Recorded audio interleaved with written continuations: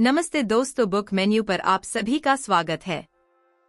आज हम बात करने वाले हैं set boundaries find peace by Nedra Glover Tawwab book के बारे में। ऋतिक 13 साल का आम लड़का था जो दिल्ली की भागदौड़ भरी जिंदगी में कहीं खो गया था। वह एक एमएनसी में काम करता था। कनॉइस हर महीने अच्छी तनख्वाह लाता था, पर फिर भी उसके चेहरे पर वो सुकून कभी नहीं दिखता था। घर, ऑफिस, दोस्तों की फरमाइशें और रिश्तेदारों की उम्मीदों के बीच वो अक्सर खुद को बहुत ड्रेन्ड महसूस करता।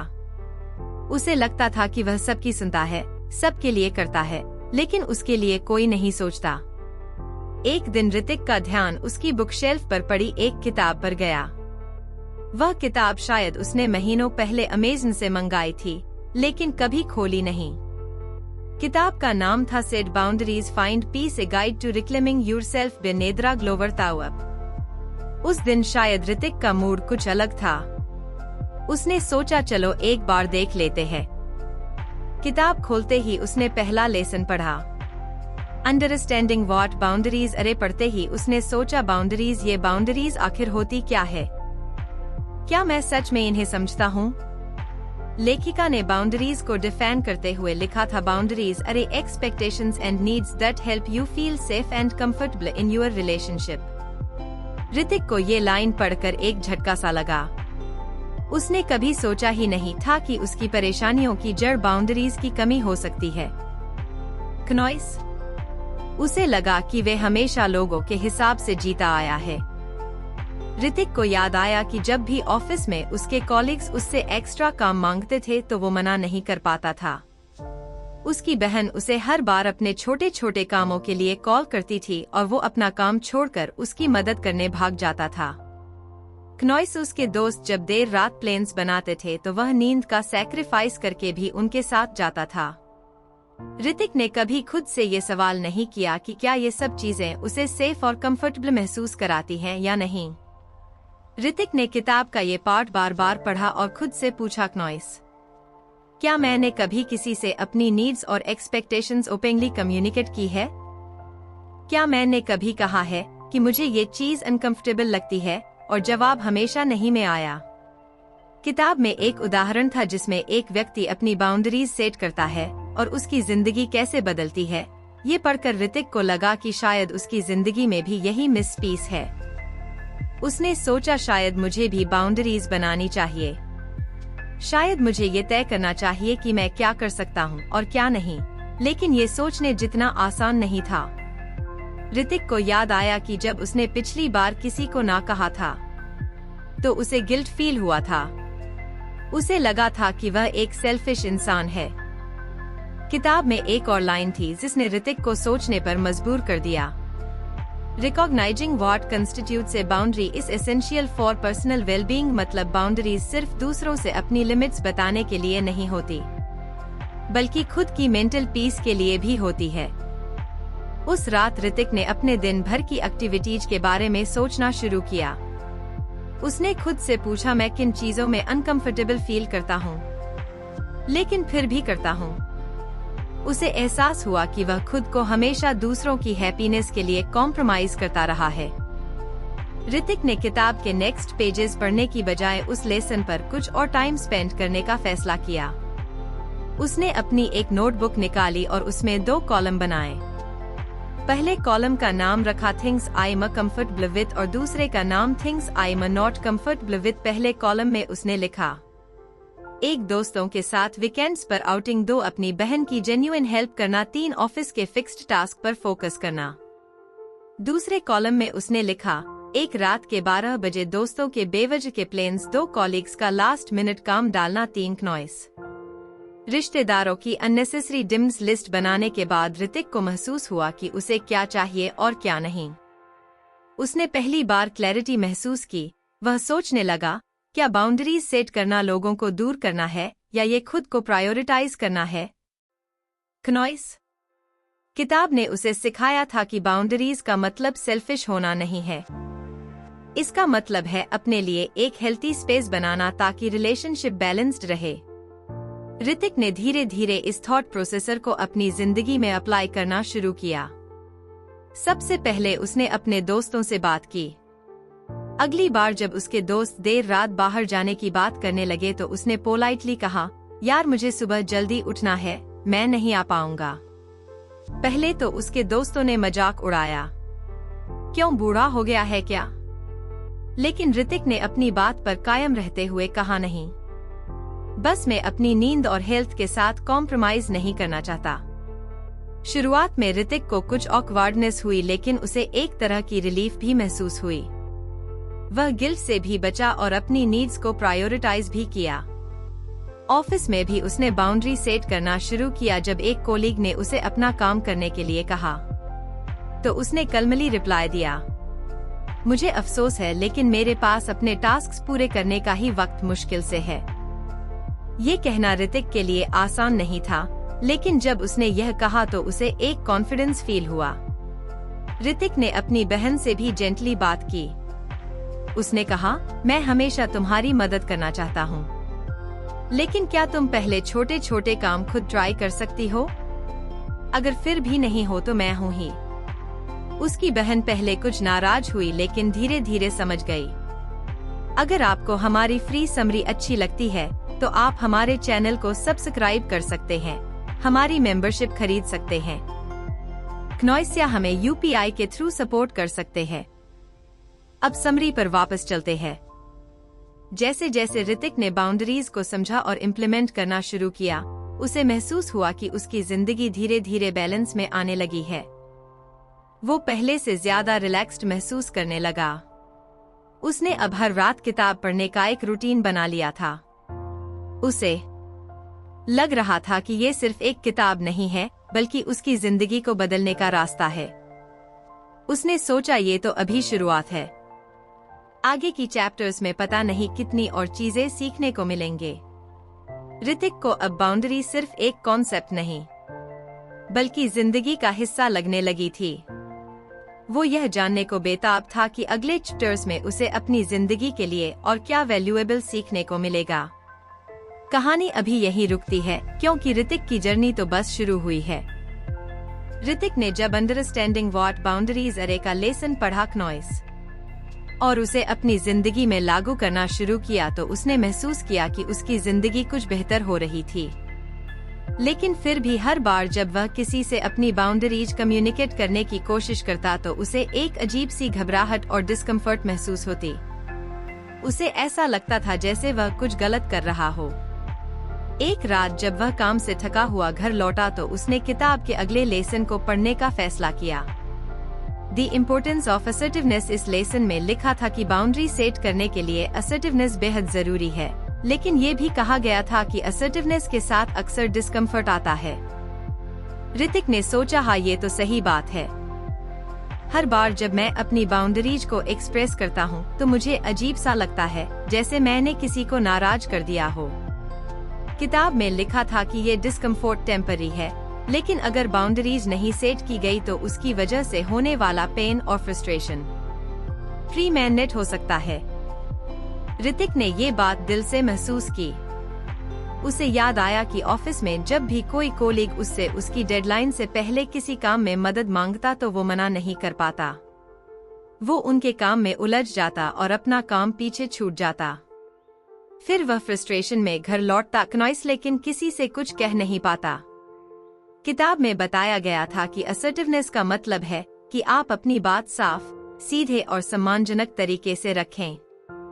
ऋतिक को लगा कि यही वो मिस पीस है।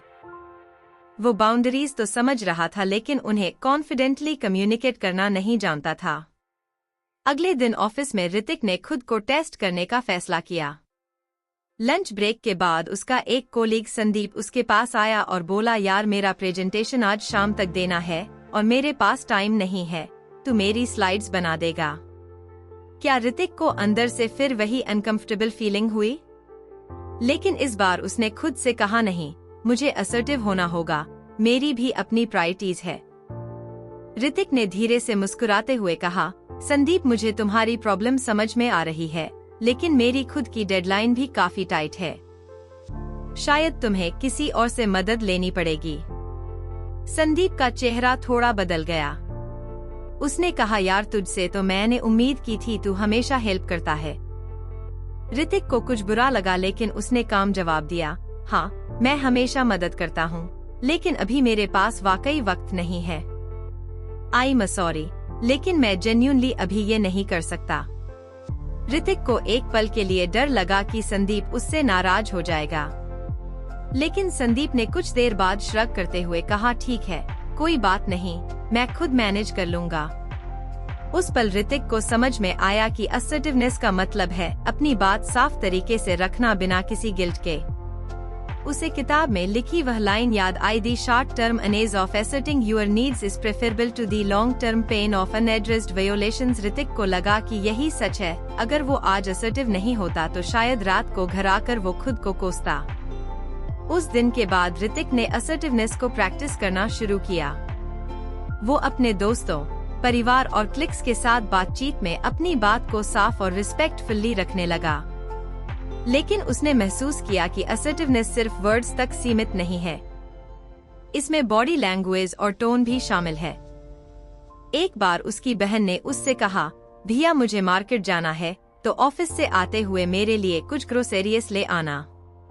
पहले तो ऋतिक ऑटोमेटिक हाँ कहने वाला था, लेकिन फिर उसने सोचा, क्या मुझे ये करने में खुशी होगी या मैं खुद को दबाव में महसूस करूंगा।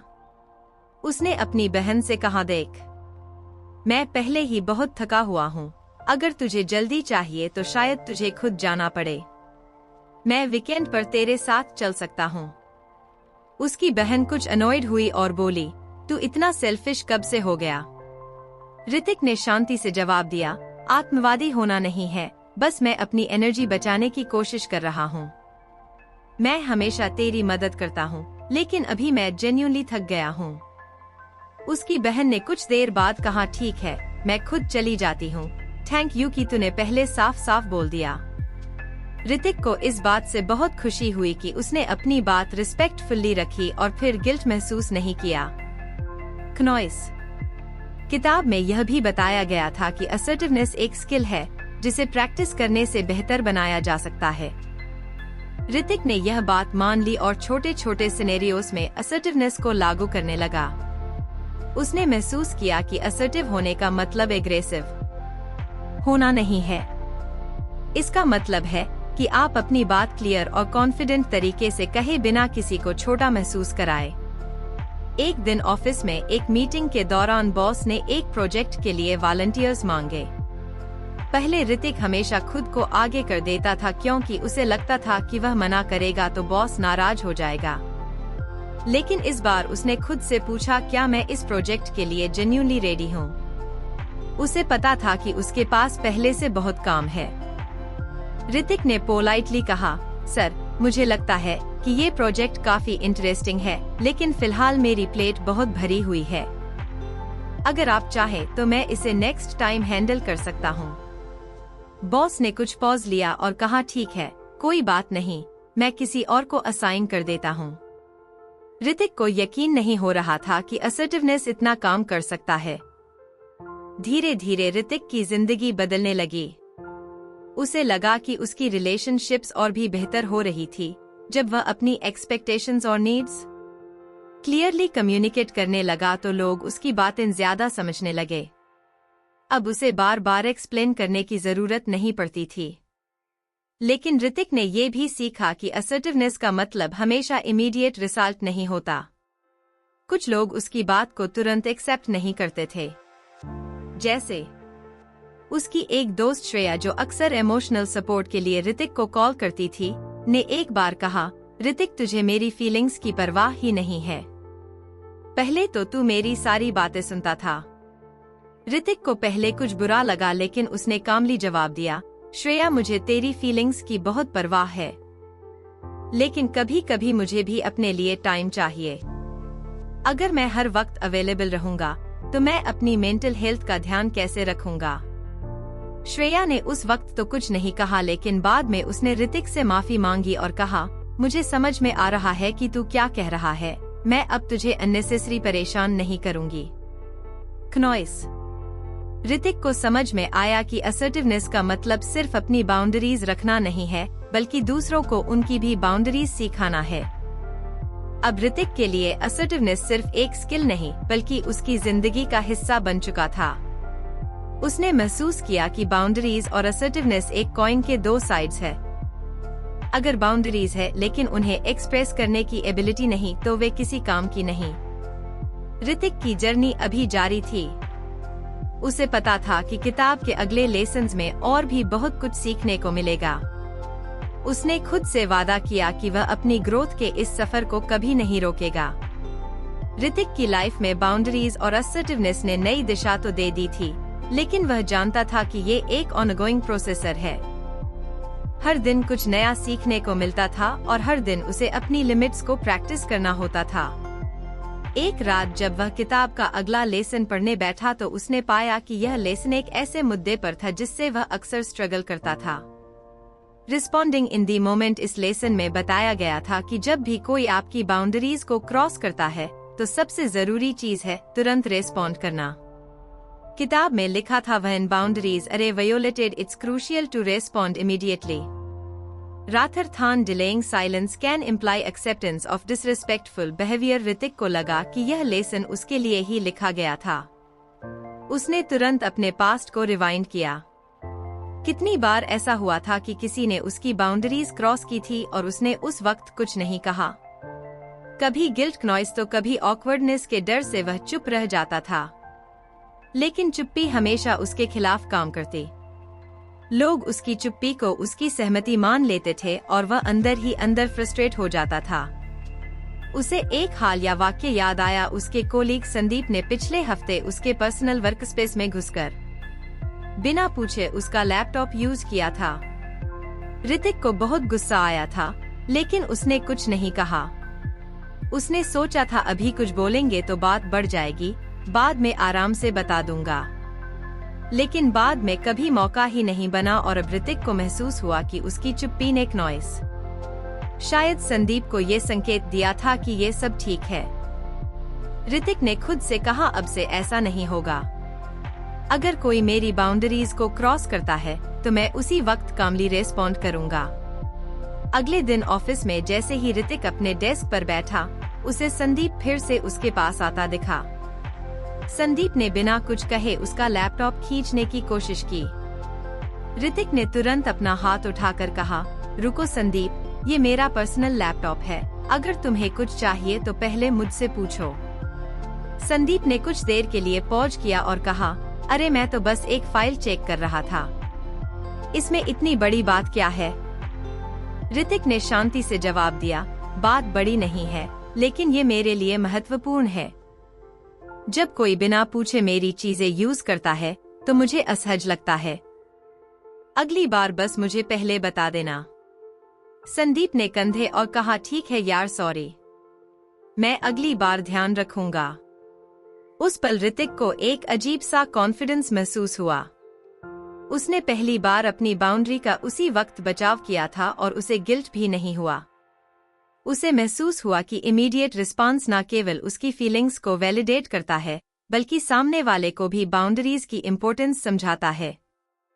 किताब में एक और बात लिखी थी जो ऋतिक को बहुत इम्पैक्टफुल लगी, delaying your response can make confrontation harder later. The moment is when your boundary is tested and it's the moment that matters most. Hrithik ने यह लाइन अंडरलाइन कर ली। वह जानता था कि यह हैबिट डेवलप करने में समय लगेगा, लेकिन यह उसकी मेंटल पीस के लिए जरूरी था। कुछ उस दिन बाद ऋतिक को अपनी बहन के साथ ये प्रिंसिपल अप्लाई करने का मौका मिला। एक शाम उसकी बहन ने उसे कॉल किया और कहा, भैया मुझे अभी अर्जेंटली मार्केट जाना है, मुझे ड्रॉप कर दे। ऋतिक उस वक्त अपने एक प्रेजेंटेशन पर काम कर रहा था। पहले तो उसने सोचा चलो प्रेजेंटेशन तो बाद में भी बन सकता है, लेकिन फिर उसे किताब की सीख याद आई। उसने कहा, देख अभी मैं अपने काम में बिजी हूँ, अगर तुम्हें इतनी एजेंट जरूरत है तो तुम बुक कर लो, मैं जेन्युइनली अभी नहीं आ सकता। उसकी बहन कुछ नाराज हुई। उसने कहा, तू हमेशा मेरे लिए अवेलेबल रहता था, अब क्या हो गया है? ऋतिक ने जवाब दिया, मैं हमेशा तेरी मदद करना चाहता हूँ, लेकिन हर वक्त अवेलेबल रहना मेरे लिए पॉसिबल नहीं है। मुझे अपने काम पर भी फोकस करना है। आई होप तू समझेगी। उसकी बहन ने फोन काट दिया, लेकिन ऋतिक ने गिल्ट महसूस नहीं किया। क्नॉइस ने बाउंड्रीज पर टिके रहने का फैसला किया था, चाहे शॉर्ट टर्म डिस्कम्फर्ट क्यों ना हो। कुछ घंटों बाद उसकी बहन ने उसे टेक्स्ट किया, ठीक है भैया, मुझे समझ आ रहा है, सॉरी मैंने ऐसे रिएक्ट किया। ऋतिक को लगा कि उसकी इमीडिएट रिस्पांस की प्रैक्टिस रंग ला रही है। क्नॉइस। एक दिन ऑफिस में एक और इंटरेस्टिंग सिनेरियो हुआ। उसकी टीम मीटिंग के दौरान मैनेजर ने ऋतिक पर एक एक्स्ट्रा टास्क डालने की कोशिश की।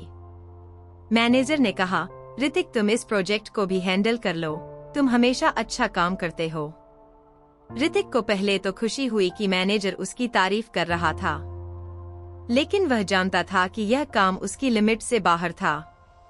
उसने कामली जवाब दिया, थैंक यू सर, लेकिन फिलहाल मेरे पास जितना काम है मैं उसमें ही पूरी तरह बिजी हूँ।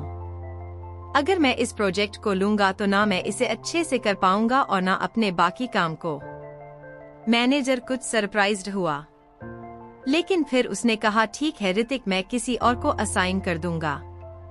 उस पल ऋतिक ने महसूस किया कि अगर वह चुप रहता और टास्क ले लेता तो वह सिर्फ खुद को ओवरबर्डन करता। इमीडिएट रिस्पांस ने उसे गिल्ट से भी बचा लिया और उसके मैनेजर को भी क्लियर सिग्नल दिया कि वह अपनी बाउंड्रीज को लेकर सीरियस है। ऋतिक ने अपने दोस्तों के साथ भी इस अप्रोच को प्रैक्टिस किया। एक दिन उसके दोस्त ने उससे लेट नाइट हैंग आउट का प्लान बनाया। पहले ऋतिक हमेशा हाँ कहता था, लेकिन इस बार उसने कलमली मना कर दिया। उसने कहा, यार मुझे सुबह जल्दी उठकर काम करना है, क्नॉइस, इसलिए मैं आज नहीं आ सकता, लेकिन हम वीकेंड पर मिल सकते हैं। उसके दोस्त ने पहले उसे कुछ ताना मारा, अब तो तू बोरिंग हो गया है, लेकिन ऋतिक ने मुस्कुराते हुए जवाब दिया, नहीं यार, बस अपनी प्रायोरिटीज बैलेंस कर रहा हूँ। धीरे धीरे ऋतिक को समझ आ रहा था कि इमीडिएट रेस्पॉन्सेस न केवल उसकी बाउंड्रीज को प्रोटेक्ट कर रहे थे, बल्कि दूसरों को भी उसकी सीरियसनेस का एहसास करा रहे थे। अब लोग उसकी बाउंड्रीज को रिस्पेक्ट करने लगे थे, लेकिन राह हमेशा आसान नहीं होती। एक दिन उसके परिवार के एक रिश्तेदार ने अचानक उसे कॉल किया और कहा, ऋतिक, क्नॉइस, तुम्हें हमारी बेटी के लिए शादी का वेन्यू बुक करना है। ये काम तुम्हारे अलावा कोई और नहीं कर सकता। ऋतिक उस वक्त एक बहुत जरूरी मीटिंग की तैयारी कर रहा था। उसने पोलाइटली कहा, मुझे खुशी है कि आपने मुझ पर भरोसा किया, लेकिन अभी मैं बहुत बिजी हूँ। मैं सजेस्ट करूंगा कि आप किसी इवेंट प्लानर से बात करें। क्नॉइस, मैं जेन्युइनली अभी ये काम नहीं कर सकता। रिश्तेदार थोड़े नाराज हुए और बोले, तुम्हें हमारी फैमिली के लिए टाइम निकालना चाहिए। ऋतिक को बुरा लगा, लेकिन उसने काम रहते हुए जवाब दिया, मैं फैमिली के लिए हमेशा अवेलेबल रहना चाहता हूँ, लेकिन कुछ कमिटमेंट्स ऐसे होते हैं जो मैं मिस नहीं कर सकता। उम्मीद है आप समझेंगे। रिश्तेदार उस वक्त नाराज होकर फोन काट गए, लेकिन ऋतिक ने गिल्ट महसूस नहीं किया। उसे पता था कि उसने रिस्पेक्टफुली रिस्पॉन्ड किया था। बाद में रिश्तेदार ने खुद उसे कॉल करके माफी मांगी और कहा, तुम्हारी बात सही थी, मैंने किसी और से ये काम करवा लिया। क्नॉइस, ऋतिक को यह समझ आ गया था कि बाउंड्रीज को मेंटेन करना एक कंटिन्यूअस प्रोसेसर है। इमीडिएट रेस्पॉन्सेस ने उसे एम्पावर्ड फील कराया। उसने खुद से वादा किया कि वह इसे अपनी हैबिट बनाएगा। कहानी अभी यही नहीं रुकती। ऋतिक की जर्नी बाउंड्रीज और सेल्फ रिस्पेक्ट की ओर जा रही है। क्नॉइस, उसने किताब के अगले लेसन्स की तरफ बढ़ने का फैसला किया, क्योंकि हर पन्ने के साथ वह खुद को कुछ और रिक्लेम कर रहा था। ऋतिक अपनी जिंदगी में बाउंड्रीज को इम्प्लीमेंट करते हुए अब पहले से ज्यादा कॉन्फिडेंट महसूस कर रहा था, लेकिन उसने यह भी देखा कि जब भी वह अपनी बाउंड्रीज सेट करता था, हर कोई इसे आसानी से स्वीकार नहीं करता। किताब के अगले lesson, accepting reactions from others, ने उसके इस अनुभव को एड्रेस किया। लेसन की शुरुआत में ही यह साफ लिखा था, जब आप सीमाएं निर्धारित करते हैं तो आप दूसरों से नकारात्मक प्रतिक्रियाएं मिल सकते हैं। क्नॉइस, these reactions are out of your control and should not deter you from maintaining your boundaries। Hrithik ने यह लाइन 2 बार पढ़ी। उसे ऐसा लगा जैसे यह उसी की जिंदगी के लिए लिखा गया हो। उसे याद आया कि जब उसने पहली बार असर्टिवनेस और बाउंड्रीज को प्रैक्टिस करना शुरू किया था तो कई लोग नाराज हो गए थे। कुछ लोगों ने उसे सेल्फिश कहा तो कुछ ने उससे दूरी बना ली। ये सब उसे इमोशनली बहुत भारी लगता था, लेकिन किताब की इस बात ने उसे सिखाया कि दूसरों की रिएक्शंस को पर्सनली लेना सही नहीं है। किताब ने यह भी कहा था कि बाउंड्रीज के प्रति लोग जो रिएक्ट करते हैं क्नॉइस, वह अक्सर उनकी अपब्रिंगिंग, बिलीफ्स या आदतों पर निर्भर करता है। उनकी रिएक्शंस तुम्हारे बारे में नहीं बल्कि उनके खुद के एक्सपीरियंसेस और एक्सपेक्टेशंस के बारे में होती हैं। ऋतिक ने यह लाइन अंडरलाइन कर ली। उसने यह लेसन अपनी डेली लाइफ में अप्लाई करने का फैसला किया। एक सुबह क्नॉइस जब ऋतिक ऑफिस पहुंचा तो उसकी कोलीग नेहा ने उससे पूछा, ऋतिक मैं अगले हफ्ते छुट्टी पर जा रही हूँ, क्या तुम मेरी रिपोर्ट्स भी हैंडल कर लोगे? पहले ऋतिक इसे एक ऑब्लिगेशन मानकर हाँ कह देता था, लेकिन इस बार उसने कामली जवाब दिया, नेहा मैं समझ सकता हूँ कि तुम्हें मदद की जरूरत है, लेकिन फिलहाल मेरे पास खुद बहुत काम है। शायद तुम्हें किसी और से मदद लेनी पड़ेगी। नेहा ने इरिटेशन के साथ जवाब दिया, अच्छा पहले तो तुम हमेशा मदद कर देते थे, अब अचानक क्या हो गया है ऋतिक को? उसके जवाब से कुछ बुरा तो लगा, लेकिन उसने खुद से कहा ये नेहा की समस्या है, मेरी नहीं। उसने कलमली कहा, नेहा मैं हमेशा मदद करने की कोशिश करता हूँ, लेकिन इस बार जेन्युइनली मेरे पास समय नहीं है। उम्मीद करता हूँ कि तुम इसे समझोगी। नेहा चुपचाप वहाँ से चली गई। ऋतिक को कुछ ऑकवर्ड महसूस हुआ, लेकिन उसने खुद को याद दिलाया कि बाउंड्रीज रखना सेल्फिशनेस नहीं है। उसने किताब में पढ़ी वह लाइन याद की, आपके बाउंड्रीज दूसरों को असहज बना सकते हैं, लेकिन ये असहजता उनकी अपेक्षाओं का प्रतिबिंब है, न कि आपकी मूल्य का। धीरे धीरे ऋतिक को यह समझ में आने लगा कि बाउंड्रीज का मतलब हर किसी को खुश रखना नहीं है। क्नॉइस उसे इस बात को स्वीकार करना सीखना पड़ा कि कुछ लोग उसकी बाउंड्रीज को पसंद नहीं करेंगे और ये ठीक है। एक और सिनेरियो तब हुआ जब ऋतिक का चाइल्डहुड फ्रेंड अरविंद एक वीकेंड पर उसके घर आया। अरविंद का स्वभाव ऐसा था कि वह जब भी आता तो ऋतिक से देर रात तक बैठने क्नॉइस और बातें करने की उम्मीद करता। पहले ऋतिक उसकी बात मान लेता था, भले ही वह थका हुआ हो, लेकिन इस बार उसने सोचा कि बाउंड्रीज को इम्प्लीमेंट करने का ये सही मौका है। ऋतिक ने अरविंद से कहा, यार मैं समझता हूँ कि हम बहुत दिनों बाद मिल रहे हैं, लेकिन मुझे सुबह जल्दी उठना है, इसलिए मैं देर रात तक बैठ नहीं पाऊंगा। अरविंद ने मजाक में कहा, तू अब बोरिंग हो गया है, पहले तो तू कभी ऐसा नहीं करता था, अब तेरे में वो दोस्ती वाली बात नहीं रही। ऋतिक को ये सुनकर कुछ बुरा तो लगा, लेकिन उसने कामली जवाब दिया, मैं समझता हूँ कि तुझे ऐसा लग सकता है, लेकिन मेरी प्रायोरिटीज अभी अलग है। इसका मतलब ये नहीं है कि मैं हमारी दोस्ती की वैल्यू नहीं करता, बस मैं अपनी हेल्थ और स्केड्यूल का ध्यान रख रहा हूँ। अरविंद ने कुछ देर तक नाराजगी दिखाई, लेकिन फिर उसने बात बदल दी। ऋतिक ने महसूस किया कि अगर उसने उसी वक्त जवाब ना दिया होता क्नॉइस, तो अरविंद उसकी बाउंड्रीज को कभी समझ नहीं पाता। किताब ने एक और बात बताई थी जो ऋतिक को बहुत महत्वपूर्ण लगी। Not everyone will react negatively. Some people will respect your boundaries and even appreciate your honesty. Hrithik को यह बात ट्रू लगी। उसने देखा कि उसकी बहन, जो पहले उसकी बाउंड्रीज से नाराज हो जाती थी, अब उसे समझने लगी थी। एक दिन उसने खुद ऋतिक से कहा, भैया अगर तू बिजी हो तो बता देना, मैं खुद मैनेज कर लूंगी। ऋतिक को यह देखकर खुशी हुई कि बाउंड्रीज न केवल दूसरों के रिएक्शंस को बदल सकती है, क्नॉइस बल्कि रिलेशनशिप्स को भी हेल्थियर बना सकती है, लेकिन राह हमेशा आसान नहीं थी। एक दिन जब ऋतिक ने अपनी माँ से कहा कि वह अपने संडे का कुछ वक्त अकेले बिताना चाहता है, तो उनकी प्रतिक्रिया उसे इमोशनली चैलेंजिंग लगी। उनकी आवाज में डिसअपॉइंटमेंट थी। उन्होंने कहा, तू अब हमसे दूर होता जा रहा है। पहले तो हर संडे हमारे साथ बैठता था, अब तुझे अपनी फैमिली के लिए भी समय नहीं है। ऋतिक को यह सुनकर गिल्ट महसूस हुआ, लेकिन उसने गहराई से सोचा कि बाउंड्रीज रखना किसी से दूरी बनाना नहीं है। उसने जवाब दिया, माँ मैं आपसे दूर नहीं हो रहा, बस मुझे भी अपने लिए कुछ वक्त चाहिए।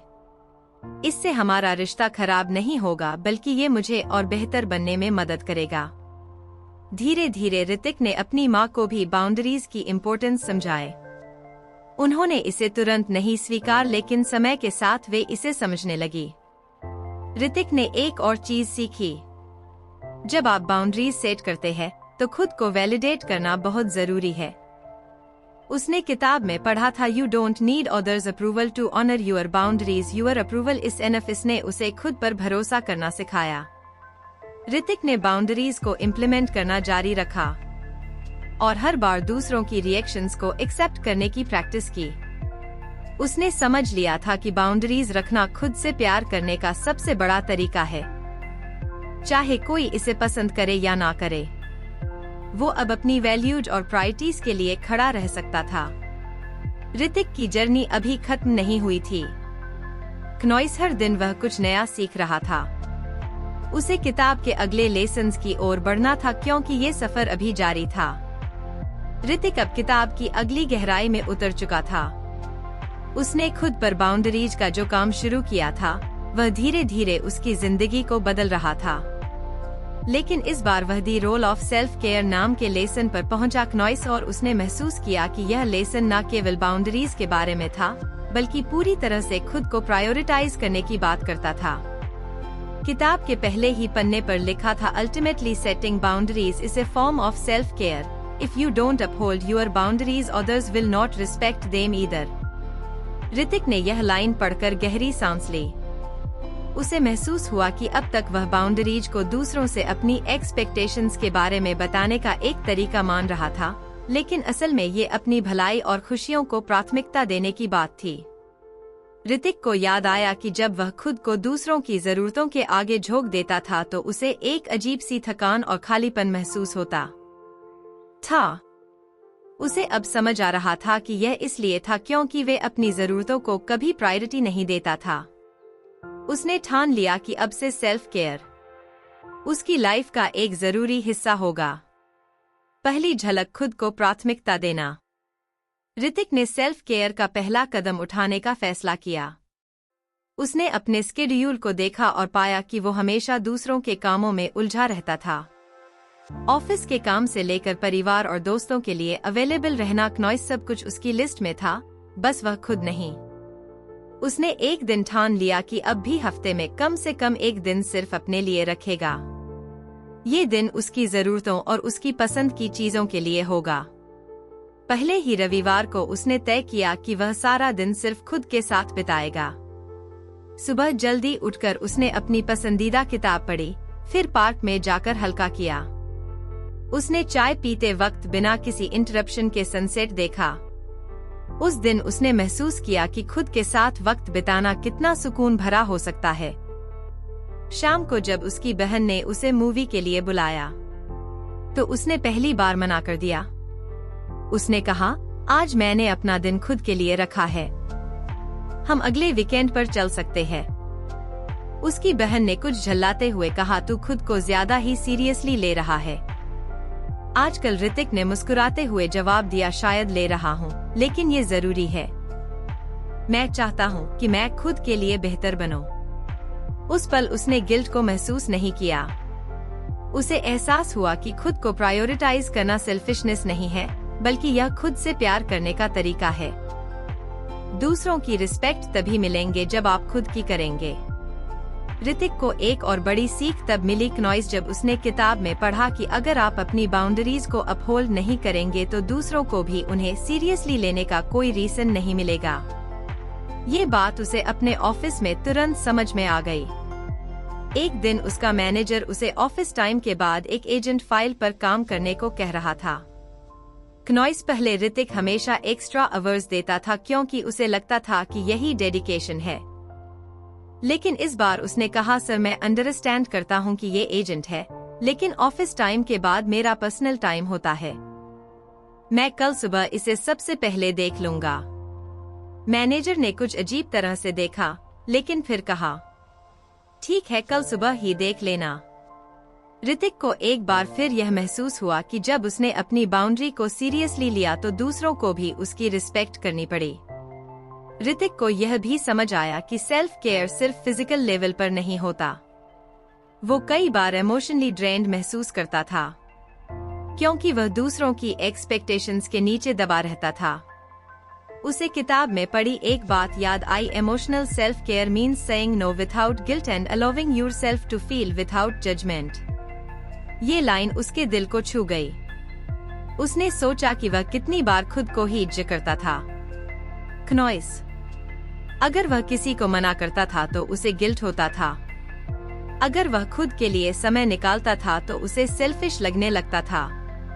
उसने खुद से कहा, अब से मैं अपने इमोशंस को एक्सेप्ट करूंगा। अगर मैं थका हुआ हूँ तो आराम करूंगा। अगर मैं कुछ नहीं करना चाहता तो गिल्ट के बिना मना करूंगा। क्नॉइस ने ये प्रैक्टिस सबसे पहले अपने दोस्त अरविंद के साथ की। अरविंद ने एक दिन उसे अचानक कॉल करके कहा, चल बाहर चलते हैं, तेरी जरूरत है मुझे। ऋतिक उस वक्त थका हुआ था और सिर्फ सोना चाहता था। उसने कहा, यार, मैं जानता हूँ कि तू मुझसे बात करना चाहता है, लेकिन आज मैं जेन्युइनली बहुत टायर्ड हूँ। क्या हम कल बात कर सकते हैं? अरविंद ने कुछ डिसअपॉइंटमेंट जताया, लेकिन ऋतिक ने खुद को जस्टिफाई करने की कोशिश नहीं की। उसने महसूस किया कि अपने इमोशंस को एक्नॉलेज करना सेल्फ केयर का सबसे बड़ा हिस्सा है। ऋतिक ने एक और बात सीखी कि बाउंड्रीज और सेल्फ केयर अलग अलग चीजें नहीं है, बल्कि एक दूसरे के पूरक हैं। जब उसने बाउंड्रीज सेट करना शुरू किया तो वह धीरे धीरे सेल्फ केयर को अपनी लाइफ में जगह देने लगा। एक दिन जब उसने अपने पिता के साथ ये बात साझा की तो उन्होंने कहा, तू बहुत बदल गया है। पहले हर किसी के लिए हाजिर रहता था और अब तुझे अपने लिए टाइम चाहिए। पहले ऋतिक को यह बात चुभ जाती, लेकिन इस बार उसने कामली जवाब दिया, पापा, मैं दूसरों के लिए तभी कुछ कर सकता हूँ जब मैं खुद ठीक रहूँ। अगर मैं अपनी जरूरतों को इग्नोर करूँगा तो किसी की मदद करने लायक भी नहीं रहूँगा। ये बात सुनकर उसके पिता कुछ देर चुप रहे और फिर बोले, शायद तू सही कह रहा है, मैंने कभी इस तरह से नहीं सोचा था। ऋतिक को समझ आया कि जब वह अपनी बाउंड्रीज को रिस्पेक्ट करता है तो वह दूसरों को भी इनडायरेक्टली सेल्फ केयर और सेल्फ रिस्पेक्ट की इम्पोर्टेंस सिखा रहा है। ऋतिक ने सेल्फ केयर को अपने डेली लाइफ का हिस्सा बनाने के लिए छोटे छोटे कदम उठाए। उसने हर दिन सुबह 15 मिनट ध्यान करना शुरू किया। उसने अपने डाइट का ध्यान रखना शुरू किया और ऑफिस के बाद जिम जाना शुरू किया। सबसे बड़ी बात, उसने ना कहना सीख लिया। क्नॉइस अब वह गिल्ट महसूस किए बिना अपनी प्रायोरिटीज को महत्व देता था। उसे पता था कि जब वह खुद की केयर करता है तो वह एक बेहतर दोस्त, बेटा और कोलीग बन सकता है। ऋतिक की जर्नी अभी जारी थी। उसने महसूस किया कि सेल्फ केयर कोई लग्जरी नहीं, बल्कि जिंदगी को पीसफुल और फुलफिलिंग लीड जीने का आधार है। तो फ्रेंड्स, ये थी हमारी आज की बुक समरी। आपको कैसी लगी कमेंट करके जरूर बताएं और धन्यवाद आपका समरी एंड तक सुनने के लिए। क्नॉइस।